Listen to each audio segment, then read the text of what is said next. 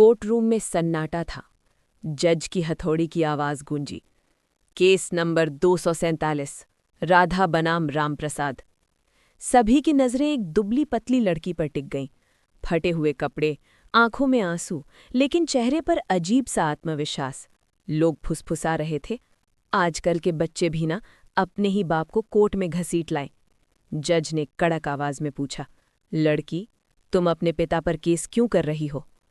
राधा ने कांपती आवाज में कहा, क्योंकि मेरे पापा ने मेरे साथ बहुत बड़ा धोखा किया है। पूरा कोर्ट हिल गया। पिता रामप्रसाद सिर झुकाए खड़े थे, आंखों से आंसू गिर रहे थे, लेकिन उन्होंने एक शब्द नहीं कहा। फ्लैशबैक।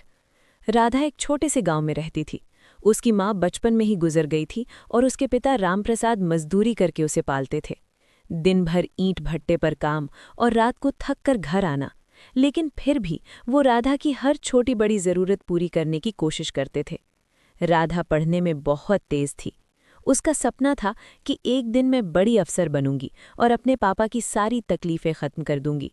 लेकिन गरीबी हर दिन उसके सपनों को तोड़ने की कोशिश करती थी।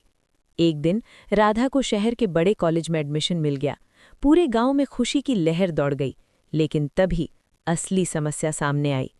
फीस 50,000 रुपये। रामप्रसाद के पास तो 500 रुपये भी मुश्किल से होते थे।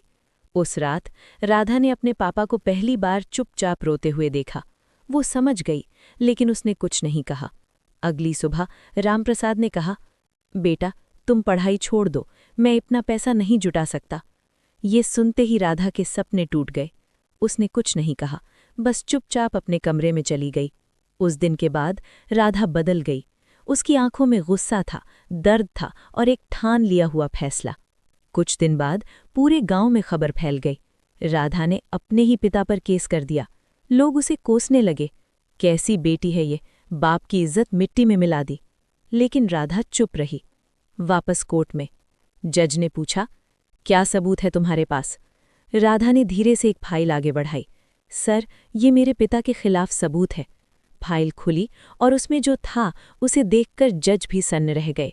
वो कोई आरोप नहीं था, वो था रामप्रसाद के खून बेचने की रसीदें। पूरा कोर्ट रूम सन्न हो गया। सच्चाई। राधा ने रोते हुए कहा, मेरे पापा ने मुझे पढ़ाने के लिए अपना खून बेचा। उन्होंने खुद भूखे रहकर मेरे लिए पैसे जोड़े, लेकिन जब फीस पूरी नहीं हो पाई तो उन्होंने मुझसे झूठ कहा कि वो मुझे पढ़ाना नहीं चाहते। रामप्रसाद अब फूट फूट कर रो रहे थे। सबसे बड़ा शौक। राधा ने कहा, जज साहब, मैंने ये केस इसलिए किया है ताकि मेरे पापा को सज़ा मिले।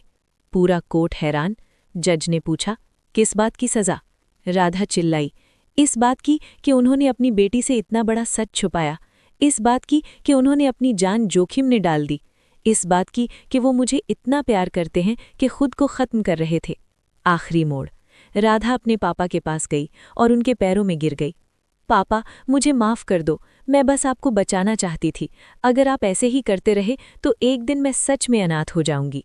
रामप्रसाद ने कांपते हाथों से उसे उठाया और सीने से लगा लिया। पूरा कोर्ट रो रहा था। जज का फैसला। जज की आंखें भी नम थीं। उन्होंने कहा, इस केस में कोई अपराधी नहीं है। यहाँ सिर्फ एक पिता का प्यार और एक बेटी की चिंता है। कोर्ट आदेश देता है कि राधा की पढ़ाई का पूरा खर्च सरकार उठाएगी। अंत। कुछ साल बाद वही राधा आज एक बड़ी अफसर बन चुकी थी। स्टेज पर खड़े होकर उसने कहा, अगर उस दिन मैंने अपने पापा को कोर्ट में नहीं लाया होता तो शायद आज मैं यहाँ नहीं होती। कभी कभी सबसे बड़ा प्यार सबसे बड़ा सच बनकर सामने आता है। और सामने बैठे रामप्रसाद आंसुओं के साथ मुस्कुरा रहे थे। सीख। माँ बाप का प्यार कभी गलत नहीं